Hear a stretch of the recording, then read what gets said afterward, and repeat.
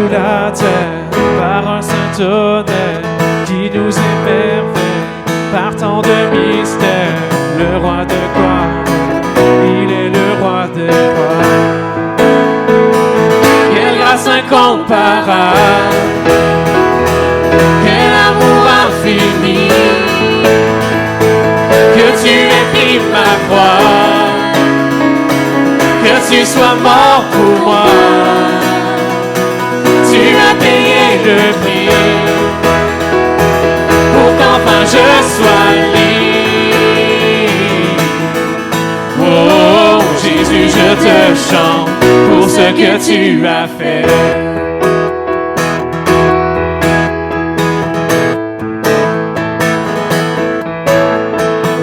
Qui ramène la paix dans la confusion, change les orphelins en fils et en filles. Le roi de gloire, il est le roi des rois. Qui règne sur les peuples dans la vérité, brille comme le soleil de tout son éclat. Le roi de gloire, il est le roi des rois. Quelle grâce incomparable, quel amour infini, que tu aies pris ma croix, que tu sois mort pour moi. Tu as payé le prix pour qu'enfin je sois libre. Oh Jésus, je te chante pour ce que tu as fait.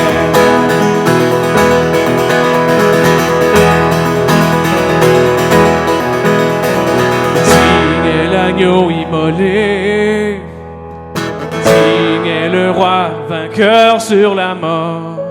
Digne est l'agneau immolé, digne est le roi vainqueur sur la mort. Digne est l'agneau immolé, digne est le roi vainqueur sur la mort. Digne est l'agneau immolé, digne est le roi vainqueur sur la mort.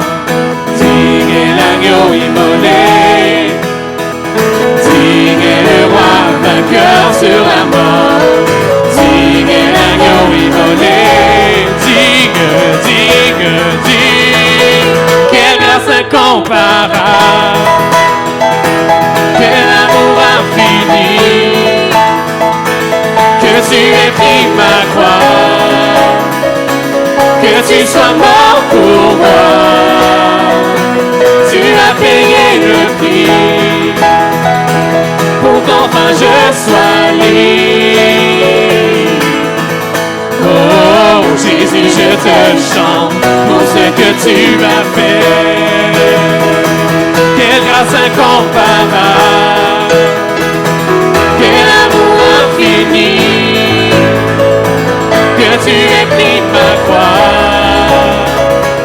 que tu sois mort pour moi. Tu as payé le prix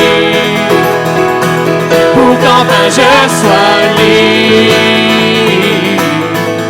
Oh Jésus, je te chante pour ce que tu as fait. Jésus, je te chante pour ce que tu as fait.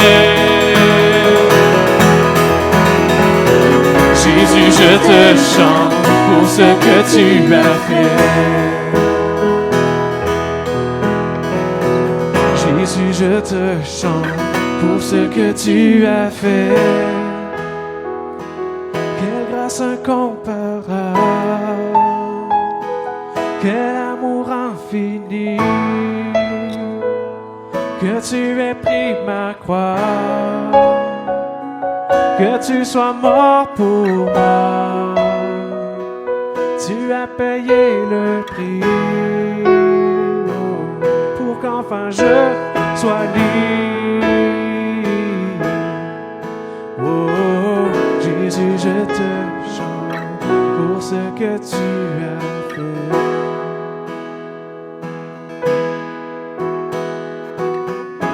Jésus, je te chante pour ce que tu as fait. Oh.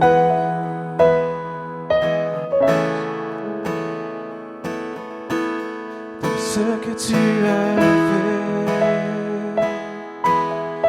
je te chante pour tout ce que tu as fait. Je te chante.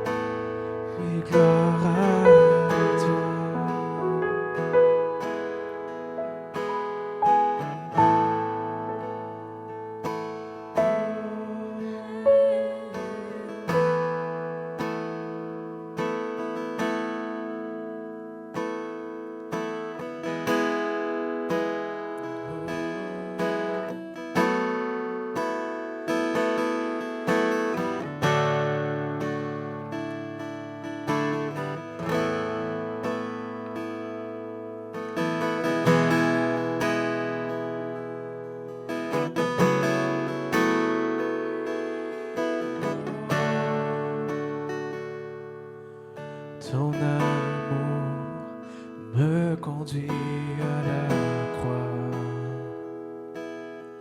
Ta bonté me conduit à toi.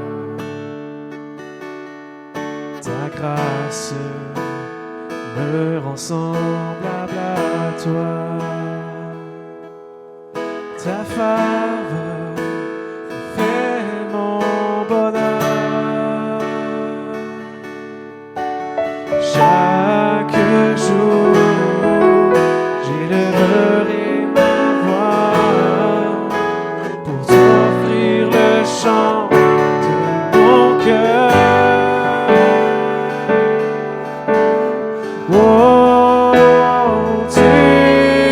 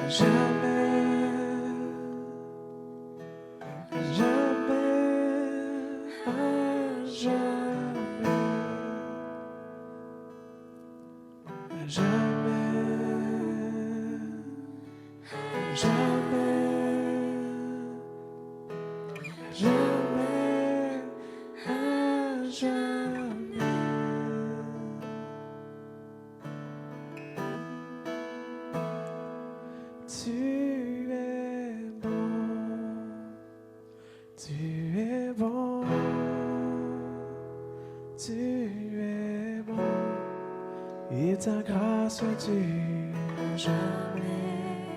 Tu es bon, tu es bon, tu es bon. Et ta grâce dure jamais. Tu es bon, tu es bon.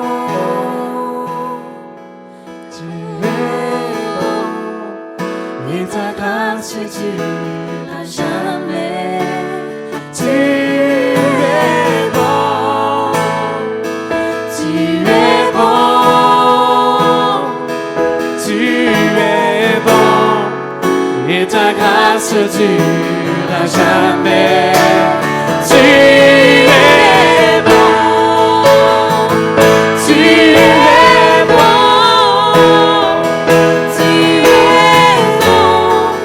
Et ta grâce dure à jamais. Tu es bon, tu es bon, tu es bon. Et ta grâce dure à jamais. Et ta grâce dure à jamais.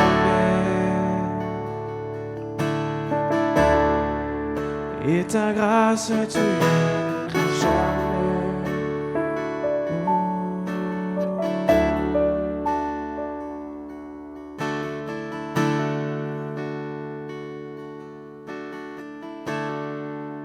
Et ta grâce dure jamais.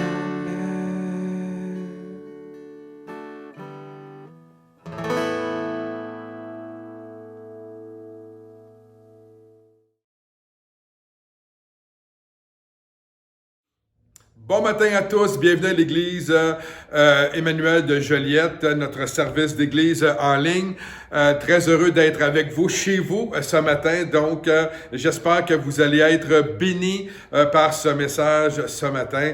Alors, quelques informations avant d'aller au message, justement. Donc, premièrement, les mesures sanitaires, l'église fait la réouverture de ses portes dimanche le 13. On est ouvert aujourd'hui avec le passeport vaccinal imposé par le gouvernement. Je veux juste vous laisser savoir ici la position de l'Église Emmanuel en ce qui a trait à cela, et c'est pas seulement la position de l'Église Emmanuel, mais c'est la position des Assemblées de la Pentecôte du Canada.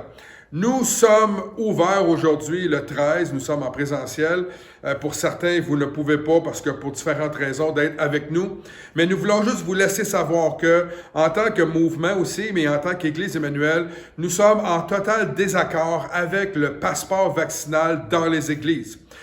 Nous croyons pas que cela est nécessaire étant donné qu'il n'y a pas d'éclosion à travers les églises, que nous respectons toutes les règles sanitaires si on veut. Mais par contre, une chose dans laquelle nous sommes d'accord, les Assemblées de la Pentecôte, ainsi que l'Église Emmanuel et votre comité d'église, nous sommes là pour respecter les autorités en place et nous voulons contribuer aussi en tant qu'Église à ce grand mouvement-là collectif pour enrayer, si on veut, la COVID, ce virus-là qui peut être mortel malheureusement pour certaines personnes qui en sont décédées, et on offre nos condoléances à toutes les familles. Il n'y a rien qui est pris à la légère à travers ça. Mais nous allons nous soumettre aux autorités. Nous prions pour les autorités afin que l'Église puisse retrouver aussi cette importance-là de besoin essentiel pour tous les gens. Nous voulons être une Église qui accueille tout le monde et c'est pour cette raison-là que nous sommes réouverts afin que le plus grand nombre puisse venir à l'Église. Et pour ceux qui ne peuvent pas être parmi nous, il y a des gens non vaccinés, mais il y a des gens aussi vaccinés qui n'osent pas venir encore à l'Église à cause de la pandémie. Nous voulons vous offrir ce service-là en ligne afin que vous puissiez recevoir la parole de Dieu. Une autre chose qui est intéressante, c'est qu'on a décidé pour appuyer les gens qui sont non vaccinés de ne pas réouvrir autrement que le dimanche matin. Nous faisons nos temps de prière, notre réunion de prière en ligne le mardi soir à 19h et notre étude biblique aussi se fait en ligne le mercredi soir à 19h. Donc, on veut vous appuyer dans tout ça et juste pour vous laisser savoir aussi que les gens qui sont bénévoles dans nos églises, qui sont au service, que vous soyez bénévole ou un staff à temps plein, les gens qui sont bénévoles ou à l'emploi de l'Église Emmanuel pendant les dimanches matins ne sont pas dans l'obligation d'être vaccinés, un peu comme dans les épiceries ou dans les différents commerces où le staff n'a pas besoin d'être vacciné pour pouvoir être présent. Par contre, on ne va pas non plus impliquer n'importe qui, n'importe où. On veut être honnête avec le gouvernement, mais certains d'entre vous allez pouvoir vous impliquer, même si vous êtes vaccinés, donc vous allez pouvoir être ici en présentiel avec nous. Mais la bonne nouvelle, c'est que d'ici au 14 mars, l'Église va pouvoir réouvrir sans le passeport vaccinal et en ce moment, on va être permis d'être une 50aine de personnes, ce qui n'est pas beaucoup.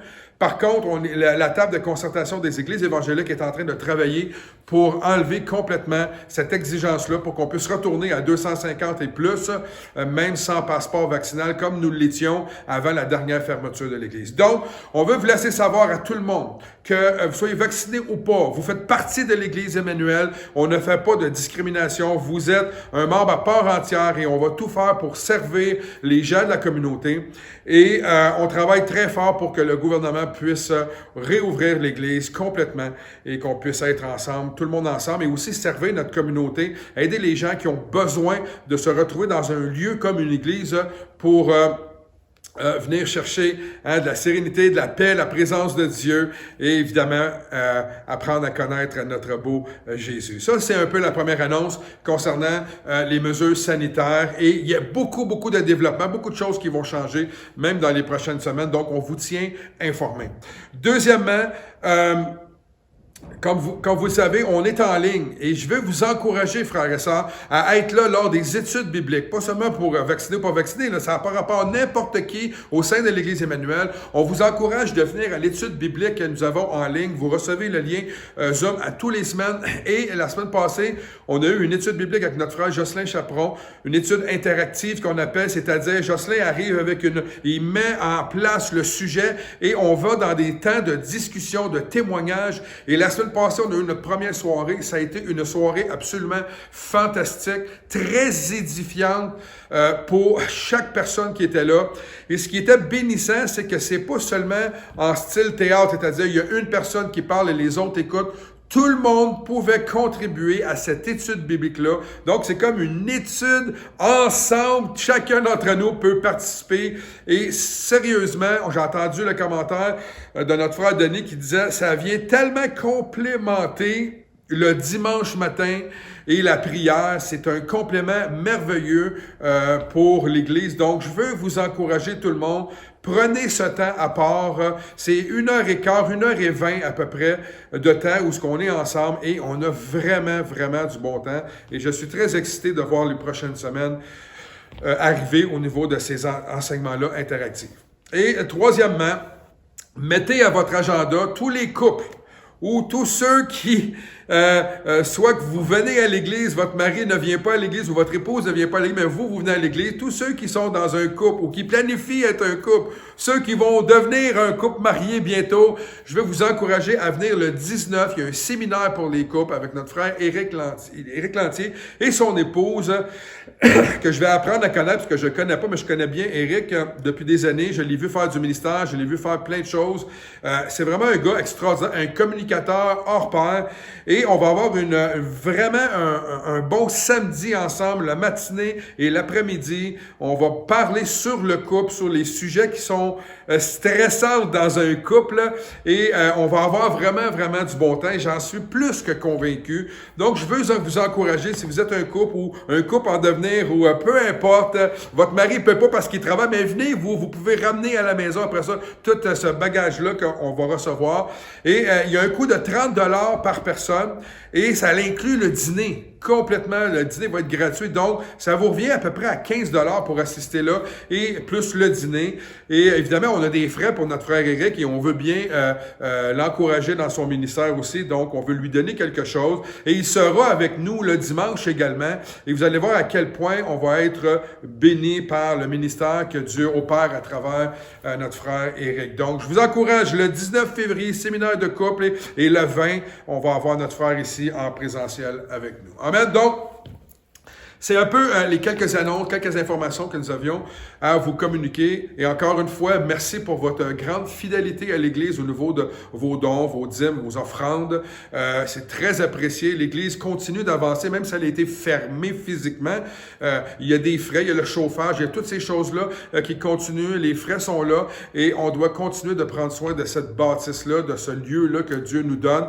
Et frères et sœurs, on est bénis à l'Église Emmanuel. Dieu nous bénit et vous êtes fidèles. Et je tiens à vous remercier personnellement de votre fidélité et gloire à Dieu pour ce qui est en train de se passer à l'Église Emmanuel et ce qui s'en vient dans un avenir très proche et très, je vais vous dire, comme je vous l'ai dit quand vous êtes ici en présence, très excitant de voir ce qui s'en vient. On voit Dieu à l'œuvre et c'est une grande bénédiction de pouvoir faire partie de cette œuvre-là dans la région de la Naudière. Amen. Donc, allons au message ce matin. Et je vais ouvrir en prière et par la suite, on va vers le message que Dieu a déposé sur mon cœur ce matin et que l'Esprit a donné à l'Église. Amen. Seigneur, merci de ce privilège que nous avons d'avoir cette technologie-là aujourd'hui pour pouvoir amener ta parole et aller dans toutes les maisons, Seigneur. À travers cette technologie-là, Seigneur Dieu, de la vidéo aujourd'hui, nous pouvons répandre l'Évangile, nous pouvons parler de toi, Seigneur, à toutes les nations, d'un seul bouton, Seigneur, on peut être là, dans les salons, dans les maisons.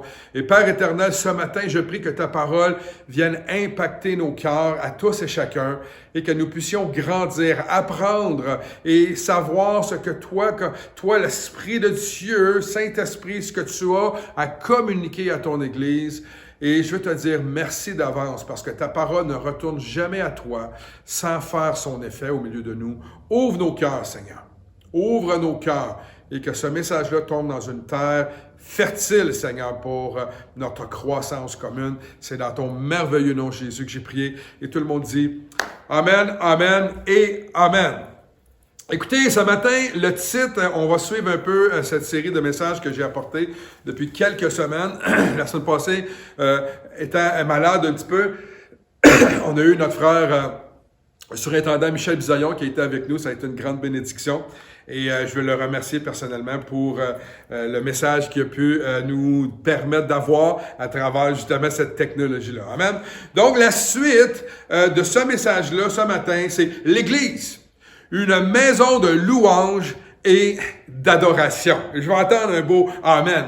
L'Église, une maison de louange et d'adoration. On a vu lors de la première semaine que l'Église était une maison de prière et que l'Église est une maison qui est fondée dans la deuxième semaine, fondée sur la parole de Dieu. Elle doit être authentiquement biblique. Et cette semaine, je vous amène l'Église est une maison de louange et d'adoration. Amen. Et le Seigneur ce matin veut nous bénir à travers ce message-là. Donc, pendant plusieurs années, pendant 11 ans ou presque au district du Québec, j'ai eu le privilège d'avoir un ministère sur la route et de visiter plusieurs églises un peu partout. Amen. Peu importe l'église que j'ai visitée dans le monde, parce que oui, j'ai eu la bénédiction, je ne suis pas allé à tout le monde, mais j'ai eu la bénédiction d'aller visiter, faire du ministère en France, à divers endroits au Canada, dans différentes provinces canadiennes aussi. J'ai été aux États-Unis dans des conférences, j'ai pas exercé de ministère aux États-Unis, mais j'ai été dans différentes conférences et j'ai pu constater que le terme de la louange ou de l'adoration est souvent comprise comme étant le fait de chanter avec l'assemblée ou que la louange ensemble se rapporte beaucoup à la musique qui l'accompagne. Donc, c'est un peu le constat que j'en ai fait au fil des années. Pas seulement ça, mais on va voir un peu la suite par la suite. Donc, c'est merveilleux de voir qu'au courant des 20 dernières années, je dirais même peut-être des 20 et 25 dernières années, il y a eu une explosion du ministère de la louange et de l'adoration à travers l'Église, l'Église de Jésus-Christ, et qui a apporté plusieurs bénéfices pour les chrétiens. Les chrétiens ont appris à exprimer la foi qu'ils avaient en eux. Mais, à travers toute cette culture-là de louange, il y a aussi, ça peut devenir facile, à travers tout cela, de passer à côté du vrai sens de la louange comme décrite dans les Écritures et de ne pas comprendre quelle est la différence entre une musique populaire, une bonne musique, un bon chant avec des bonnes paroles chrétiennes versus une louange qui vient du cœur. Il est facile de passer à côté de tout cela. La musique, la louange aujourd'hui a une qualité, je vous dirais, très professionnelle dans presque toutes les églises. Sa pratique, elle est excellente. On voit à quel point les musiciens, les directeurs de louange, les chantres et tous ceux qui sont impliqués sont de plus en plus professionnels et désirent avoir un service qui est impeccable, d'une qualité extraordinaire. Mais il faut faire attention à travers toute cette qualité-là, même si c'est très bon d'avoir cette qualité-là, de ne pas perdre le vrai sens de l'adoration que Dieu veut pour son Église. Amen. Et ce matin, on va regarder un texte et on va voir un peu comment c'est vraiment intéressant ce que Jésus s'attend de cette louange, de cette adoration-là. C'est lorsque Jésus a eu cette conversation-là avec la femme samaritaine. On connaît tous l'histoire de la femme samaritaine. Il va décrire à cette femme-là quelle est la véritable adoration. Celle que Dieu attend de nous, celle que Dieu veut avoir avec nous. Et ça nous dit ceci dans Jean 4, 23. Ça va nous dire ceci. Mais l'heure vient. Regardez comment c'est intéressant. Il dit, mais l'heure vient. Puis il va reprendre. Elle est déjà venue. Mais l'heure vient. Il parle de Jésus va venir. Mais elle est déjà venue parce qu'il est là. Où les vrais adorateurs adorons le Père en esprit et en vérité. Car ce sont là les adorateurs que le Père demande. Ce que Dieu demande, c'est des adorateurs en esprit, en esprit avec l'Esprit de Dieu et en vérité connectés dans les Écritures, le vrai sens de l'adoration. Voici les adorateurs que le Père demande. Donc, Jésus ne limite pas l'adoration à un temps de chant ou de rassemblement, ce qui est pas mauvais, mais il ne se limite pas à ça. Jésus veut nous faire comprendre le vrai sens de l'adoration. La femme samaritaine pensait que le choix du lieu pour adorer se faisait, c'était dans un lieu l'adoration, entre le mont Gérizim pour les Samaritains, qui était l'endroit par excellence où les Samaritains se réunissaient pour adorer Dieu, et le temple juif à Jérusalem. Jésus va lui proposer une autre option. Il ne dit pas que l'endroit ne comptait pas ou ne compte pas, mais qu'il y a un autre lieu qui se trouve en Jésus lui-même, celui qui est la vérité. Jésus, on le voit dans les Écritures, Jésus est le temple dans lequel tous les peuples du monde peuvent aller lui rendre l'honneur qui lui est dû. Amen. On va le voir un peu dans Jean 2, 18. Il est notre moyen d'accès. Jean 2, 18, excusez-moi, je vais vous le citer, là, je ne vais pas citer le texte, mais je vais vous le paraphraser. C'est l'endroit où Jésus va dire, jetez le temple ici, détruisez le temple et moi dans 3 jours, je vais le rebâtir. Il est en train de démontrer que le temple qui a été fait de main d'homme, l'endroit où les gens viennent de partout pour adorer, il va le détruire, il va le mettre à terre afin que lui, son temple à lui soit là et que les gens puissent venir l'adorer lui. On n'aura pas besoin de se déplacer à Jérusalem pour aller adorer le Seigneur. Nous allons pouvoir l'adorer en esprit et en vérité à travers Jésus-Christ. Amen. Donc, c'est un peu ça le lien que je voulais faire. Il est notre moyen, Jésus, notre moyen d'accès et celui qui rend notre louange acceptable pour Dieu. Jésus. C'est lui qui rend notre louange acceptable. Hébreux 10, au verset 19 jusqu'au verset 22, va dire, « Ainsi donc, frères et sœurs, nous avons une pleine liberté. » Hein? Pour ceux qui pensent que nous ne sommes pas en pleine liberté, nous avons une pleine liberté pour entrer dans le lieu très saint.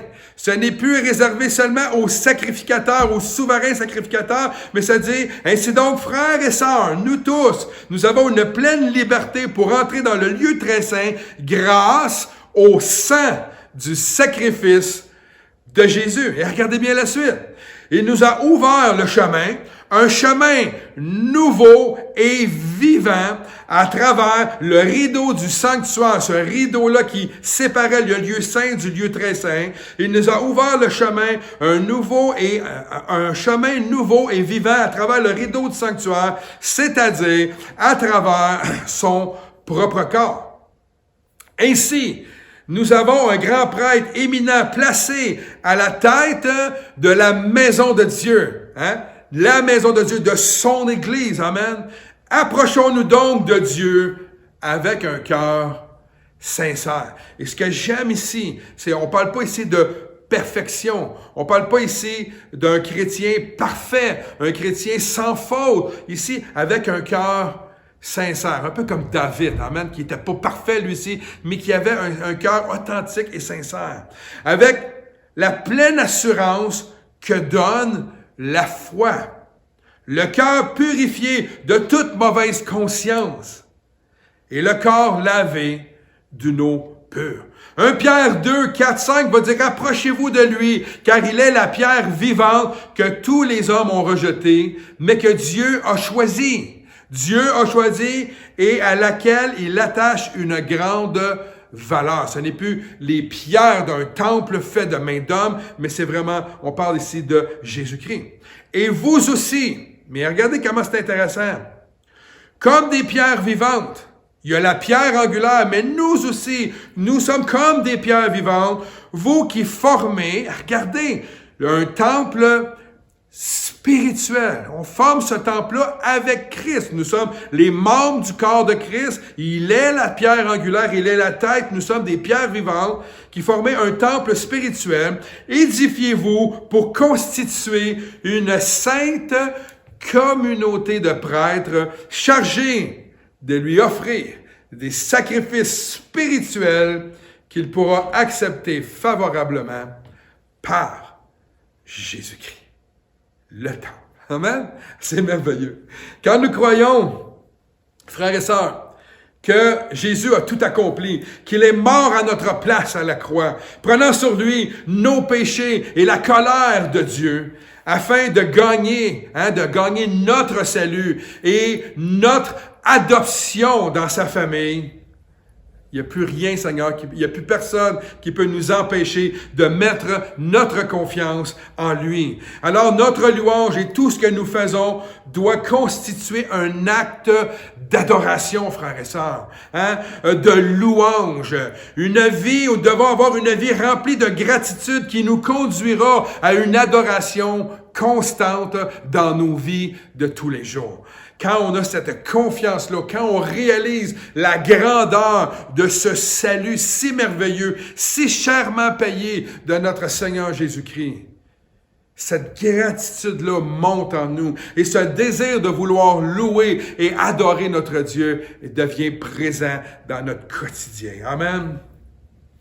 J'ai lu, il n'y a pas si longtemps que ça, dans un magazine web qui s'appelle TGC, 5 explications, si on veut, complémentaire à ce qu'on vient de voir, donné par Bob Kauflin. Et vous allez me dire, c'est qui Bob Kauflin? C'est un pasteur, il a été pasteur pendant de nombreuses années, il a été compositeur, il a été conducteur de louange, directeur de louange, il a été auteur de différents chants.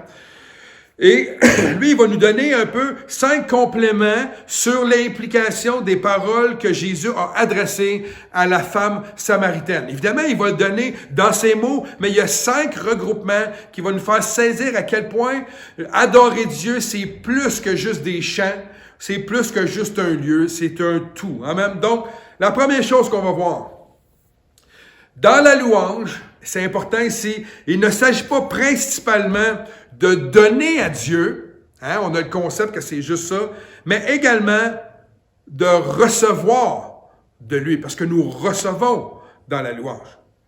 Nous n'avons pas, nous, découvert la louange en tant qu'être humain. Elle existe depuis de toute éternité. Tout comme les 3 personnes de la Trinité ont joué d'une communion parfaite depuis l'éternité, il n'y a pas de début, mais depuis l'éternité, Dieu nous invite à la louange. Nous n'approchons pas Dieu sur une base de notre choix personnel seulement ou de notre capacité. Pour louer Dieu, on a besoin de lui. Non seulement Dieu nous attire à lui et il nous donne la capacité d'apprécier sa beauté, son autorité, mais il se révèle à nous dans sa parole et en esprit, d'où vient le thème esprit et vérité. Dieu désire par notre adoration une relation plus intime avec lui. Il nous invite à entrer dans sa présence. En esprit. Amen. En vérité, nous voyons dans la parole ce que Dieu désire. Il veut que nous soyons dans cette adoration-là. On le voit partout dans les Écritures. Mais en esprit, nous sommes liés à lui, en esprit et en vérité. Amen. Deuxième chose, adorer Dieu, c'est l'exalter avec toute notre vie. Pas seulement avec des chants. L'adoration n'est pas qu'une simple expérience ou une ambiance ou un moment qui va bien dans notre vie. Il s'agit aussi de comprendre à travers l'adoration, à travers la louange, il s'agit de comprendre l'importance de la sainteté de Dieu, de la bonté de Dieu, de l'autorité, hein, de sa majesté en tant que Dieu, comme nous le voyons aussi en Jésus-Christ. Et cela peut être vécu pendant n'importe quel moment de notre vie, pendant que nous mangeons, hein, quand on est ensemble entre frères et sœurs, et nous avons un agapé, on peut réaliser, on peut avoir une dimension d'adoration dans ces moments-là. Quand on boit, quand on conduit notre voiture avec une attitude chrétienne, c'est une dimension d'adoration. Quand on étudie, quand on marche, quand on fait de l'exercice, quand on travaille, même quand on est en vacances, on n'est pas en pause de louange et d'adoration, même quand on fait des activités. En fait, à n'importe quel moment de notre vie, nous pouvons adorer Dieu en esprit et en vérité. Par notre attitude, il y a toute cette dimension-là d'adoration aussi. Amen. Troisièmement, la louange est également une activité communautaire. Et je vais vous m'expliquer. Que ce soit pendant ou après un rassemblement, la louange implique notre relation avec Dieu, mais aussi notre relation avec nos frères et nos sœurs en Jésus-Christ. Si l'adoration se fait par Jésus et en lui, amen, je suis automatiquement lié aux autres membres de la famille de Dieu. Ils ne sont pas des obstacles à ma louange, au contraire, ils en font partie intégrale. L'expression de la louange de tous et chacun est l'expression de leur foi, de leur gratitude, de leur joie qui les habite, etc., etc. On pourrait nommer plein de raisons pourquoi on veut se trouver dans un temps d'adoration et de louange avec Dieu. Quand je vois un frère ou une sœur Ou des petits-enfants dans l'église, quand ils sont debout, les mains dans les airs, là, ils ont 4, 5, 6, 7, 8 ans. Quand on voit ces gens-là louer, quand tu vois, là, quand tu es sur l'estrade, puis tu vois toute l'assemblée louer, complètement louer Dieu de tout leur cœur, vous savez qu'est-ce que ça fait? Ça vient m'édifier, moi, dans ma foi, et je suis convaincu que c'est la même chose pour vous. Ça vient vous pousser à vouloir élever Dieu davantage. Et dans cette pandémie-là, s'il y a bien quelque chose qu'on réalise, c'est que lorsque nous sommes ensemble pour louer Dieu, il y a quelque chose qu'on ne retrouve pas lorsqu'on est seul. Amen. On adore le Seigneur ensemble, qu'on le veuille ou pas. Le dernier enseignement dans le jeûne et prière, nous avons vu, on avait des petits enseignements à chaque soir dans le jeûne et prière. Et la dernière soirée de ce jeûne et prière-là, le 21e soir, on a vu que de l'importance de connaître les gens en esprit. Dans le sens que plus que nous passons du temps ensemble dans la prière, et j'ajouterais maintenant l'adoration et la louange, plus nous apprenons à nous connaître en esprit. Je me souviens, pendant des années, Dominique avait un groupe de louanges qui travaillait avec elle quand elle faisait différents événements à travers la province de Québec, que ce soit Paradoxe ou des conférences ou des congrès pour le district, etc. Tous les temps de louanges, souvent elle avait été invitée. Elle avait souvent le même groupe de louanges.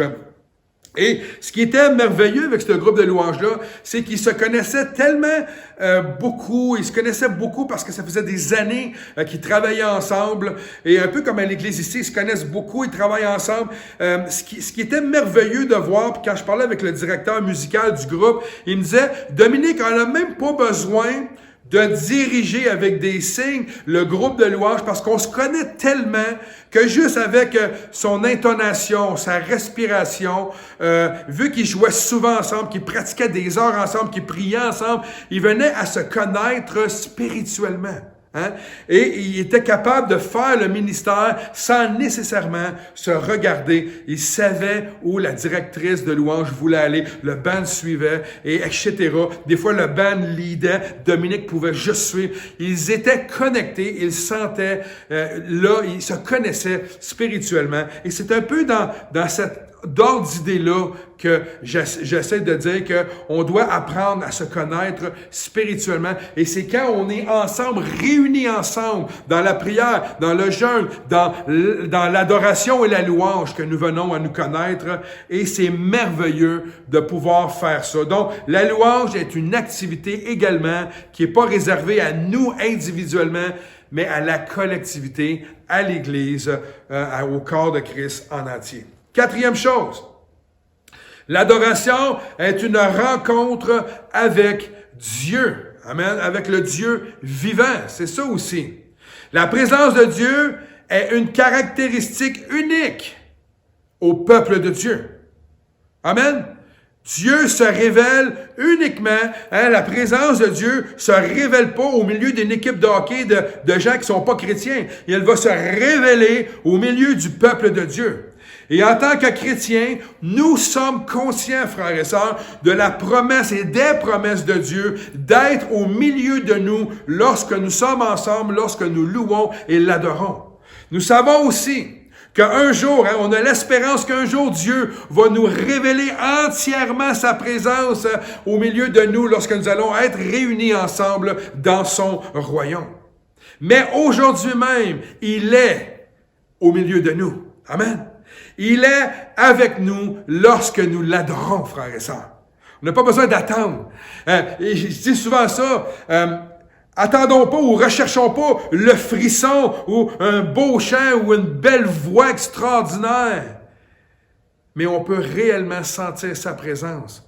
Ça peut être dans un silence. Ça peut être lorsque la musique joue. Ça peut être lorsqu'on est 30, lorsqu'on est 2, lorsqu'on est seul. Peu importe, Dieu siège au milieu de ses louanges, frères et sœurs. Et ça, c'est une promesse que Dieu nous donne. Et c'est ça qui est merveilleux. L'adoration, c'est une rencontre entre nous et le Dieu vivant, le Créateur du ciel et de la terre. Quel privilège, frères et sœurs! Et cinquièmement, l'adoration dans la vie présente n'est qu'un avant-goût de ce qui est à venir. Et souvent, j'avais entendu ça, je me sais plus c'est qui avait dit ça, mais il y a plusieurs années, j'avais entendu que si t'aimes pas louer Dieu aujourd'hui, prépare-toi parce qu'on va le louer pour l'éternité. Donc, apprends à aimer ça. J'ai toujours trouvé ça extraordinaire parce que la parole de Dieu, là, je vais pas sortir tous les versets, mais la parole de Dieu nous dit qu'on est appelé à la louange et à l'adoration de notre Dieu. Donc, l'adoration dans les nouveaux cieux et la nouvelle terre impliquera sûrement, frères et sœurs, une chorale extraordinaire, un groupe extraordinaire, mais ça va être bien plus que juste de la musique, ça va être au-delà de ça. Notre activité n'aura qu'un seul et unique but, magnifier la gloire et la grâce de Dieu. Cette réalité à venir devra tous nous motiver. On sait que ça va être ça pour l'éternité, alors ça devrait nous motiver à nous aujourd'hui, à plus d'adoration, à plus de sainteté, à plus de louange, à plus de reconnaissance par rapport à tout ce que Dieu fait dans nos vies. Donc la louange et l'adoration devient quelque chose qui devrait être imprégné en nous, quelque chose dans notre ADN et non pas seulement lors d'une certaine occasion. Amen. Donc, oui, la musique fait partie de l'adoration, mais ne passons pas à côté du but, le plus grand but, le plus glorieux de l'adoration que Dieu nous a révélé en Jésus. Ne passons pas à côté de cet objectif-là. L'objectif, ce n'est pas le frisson, comme je vous ai dit, c'est de se retrouver dans sa présence pour élever, adorer le Dieu absolument incroyable et merveilleux qu'est Jésus-Christ, le roi des rois. David avait compris tout le sens de l'adoration, et je vais terminer avec un texte qu'on trouve dans 1 Chronique 16. Je vais vous le lire parce qu'il y a quand même beaucoup de textes. J'ai enlevé certaines parties, je ne vais pas tout lire, mais je vais vous amener quand même. Et regardez comment David voyait la louange, à quel point elle était importante. Et on va aller, puis je vais commenter au fur et à mesure, puis on va terminer avec ce chapitre-là de 1 Chronique 16, à partir du verset 1. Bon, on va descendre presque un bon bout de temps, là, une vingtaine de versets. On amena le coffre de Dieu, le coffre de l'Alliance, et on le déposa au milieu de la tente que David avait fait dresser pour lui, l'Éternel. Et l'on offrit devant Dieu des holocaustes et des sacrifices de communion. Quand David eut achevé d'offrir ses sacrifices, il bénit le peuple au nom de l'Éternel. Puis là, on n'ira pas dans la suite, dans le prochain verset, parce qu'il dit qu'il remet des miches de pain, etc., etc. Au verset 4, c'est là que ça commence à devenir vraiment intéressant. Il institua, c'est-à-dire il a mis en place, dans leur service devant le coffre de l'Éternel, un certain nombre de Lévites ayant pour la fonction d'invoquer l'Éternel, le Dieu d'Israël, et de le célébrer et de le louer. Il a pris une des 12 tribus pour leur donner l'assignation de louer, d'avoir la fonction d'invoquer l'Éternel, de louer le Dieu, de célébrer le nom de l'Éternel, parce qu'il était digne de recevoir continuellement la louange et la gloire pour lui. Au verset 6, ça dit, les prêtres Benaïa et Yaaziel sonnaient, regardez bien ça, continuellement de la trompette devant le coffre de l'Alliance. Ce fut à cette époque que David chargea pour la première fois Asaph et les membres de sa famille de célébrer l'Éternel. Louez l'Éternel et faites appel à lui. Et c'est ça que je vous disais tantôt. Lorsqu'on tombe dans une dimension d'adoration, c'est nous envers lui, c'est lui envers nous aussi. C'est comme si on invoquait, louez l'Éternel, et faites appel à lui.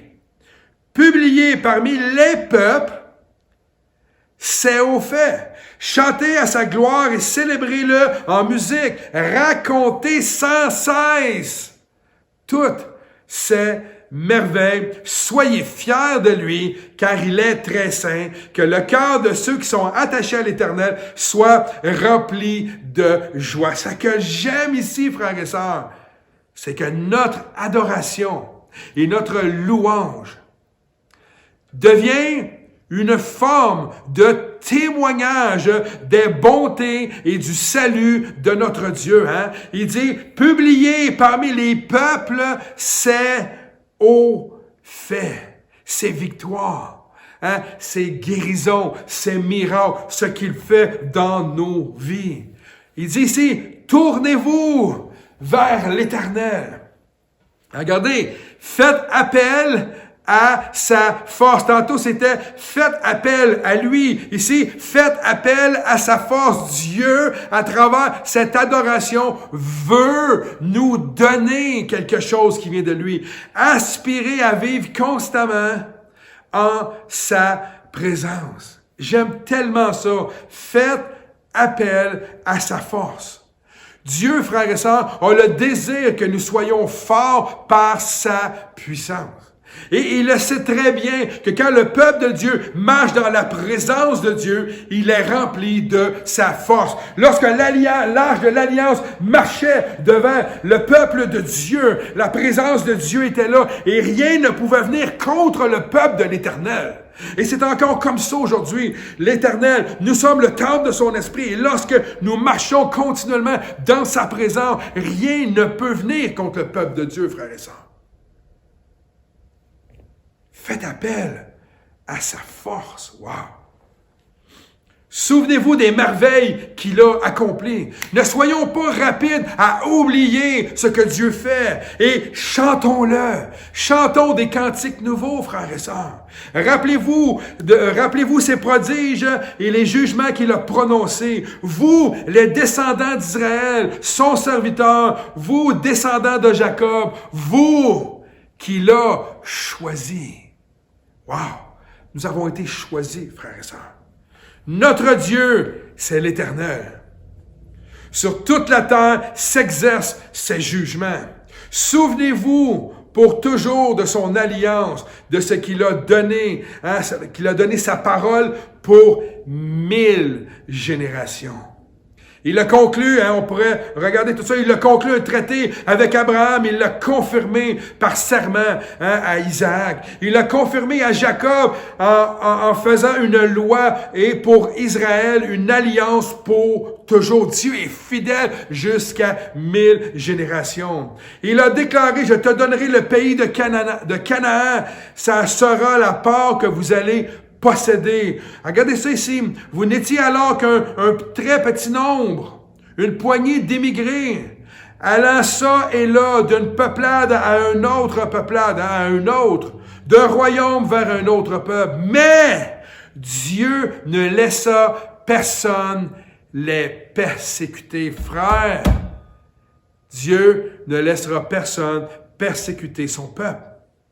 Et les réprimanda des rois à leur sujet. Ne maltraitez pas. Regardez, là, c'est Dieu, c'est sa parole. Ne maltraitez pas ceux qui me sont consacrés. Et ne faites pas de mal à ceux qui sont mes prophètes. Chantez à l'Éternel, vous, gens du monde entier. Annoncez chaque jour la bonne nouvelle de son salut. Oui, publiez sa gloire au milieu des nations. Ne soyons pas gênés, frères et sœurs. Racontez ses prodiges chez tous les peuples, car l'Éternel est grand et digne de louange. Il est redoutable bien plus que tous les dieux, car tous les dieux des peuples ne sont que des faux dieux, alors que l'Éternel a fait le ciel. Splendeur et majesté rayonnant de son être et puissance et beauté ornent son sanctuaire. Frères et sœurs,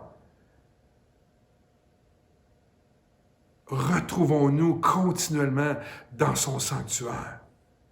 Nous avons besoin de vivre, surtout dans ces temps de la fin, continuellement dans son sanctuaire. Quand on est ici, mais bâtissons notre maison, hein, comme une maison d'adoration et de louange. Au verset 28, célébrez l'Éternel, vous, gens de tous les peuples, parce que le salut est pour ceux de tous les peuples. Célébrez l'Éternel en proclamant sa gloire et sa puissance. Célébrez l'Éternel et son nom glorieux. Amen. Apportez vos offrandes et entrez devant lui et prosternez-vous devant l'Éternel dont la sainteté brille avec éclat. Vous, gens du monde entier, tremblez devant sa face. Le monde est ferme, il n'est pas ébranlé. Que le ciel soit en joie, que la terre exulte d'allégresse, que tout peuple, on proclame que l'Éternel est le roi. Amen. Que la mer retentisse et tout ce qui y habite, que toutes les campagnes et tout ce qui s'y trouve se réjouissent, que dans les bois, les arbres poussent des cris de joie devant l'Éternel, car il vient pour gouverner la terre. Ça s'en vient, frères et sœurs. Célébrez l'Éternel, car il est bon, car son amour dure à toujours. C'est comme une mélodie à mes oreilles, frères et sœurs. Et dites, délivre-nous, ô Dieu, notre Sauveur. Rassemble-nous, délivre-nous des autres peuples. Nous te célébrerons. Toi, éternel Dieu, qui es saint, et mettrons notre gloire à te louer. Mettrons notre gloire à te louer. Béni soit l'Éternel, Dieu d'Israël, d'éternité jusqu'en éternité. Et regardez ici, tout le peuple répondit, Amen, et loua l'Éternel. Wow! Quel texte merveilleux! Il y a tellement de joie, frères et sœurs, à louer Dieu. Et le roi David savait louer Dieu au point d'instaurer une maison, non seulement d'adoration et de prière, mais une maison de louange, d'adoration, de profond désir d'exprimer notre joie, d'élever le nom, pour sa gloire, d'élever le nom de l'Éternel pour tous ses prodiges, pour tous ses bienfaits, pour toutes ses bontés, frères et sœurs. David avait saisi. Même si sa femme Michal le regardait d'un air bizarre, il ne se laissait pas imposer le fait que lui avait à cœur de louer l'Éternel continuellement. Il l'a fait quand même. David n'a laissé ni les critiques l'empêcher de louer son vrai Dieu, ni le fait que lui-même dans sa vie, il a eu des manquements. Non, au contraire, malgré tout ça, il a instauré l'adoration et la louange continuellement dans le temple de Dieu. Amen. Quelle gloire. Quelle manière David avait de voir Dieu. Pour lui, il n'y avait pas d'autres endroits plus merveilleux que d'être dans la présence de Dieu. Et frères et sœurs, que l'adoration et la louange ne soient pas une activité au milieu de nous, mais que ce soit un style de vie. Que ce ne soit pas seulement quand ça va bien, mais qu'à tous les jours, nous puissions nous entrer en sa présence avec le désir de louer et d'adorer en esprit et en vérité. Amen. Je vais terminer avec ça. J'aime beaucoup le texte dans Isaïe 43, 21 qui dit ceci. Le peuple que je me suis formé, c'est Dieu qui nous a formés comme peuple de Dieu, publiera mes louanges. Il ne va pas seulement les faire, mais il va les publier. Il va les raconter au monde entier.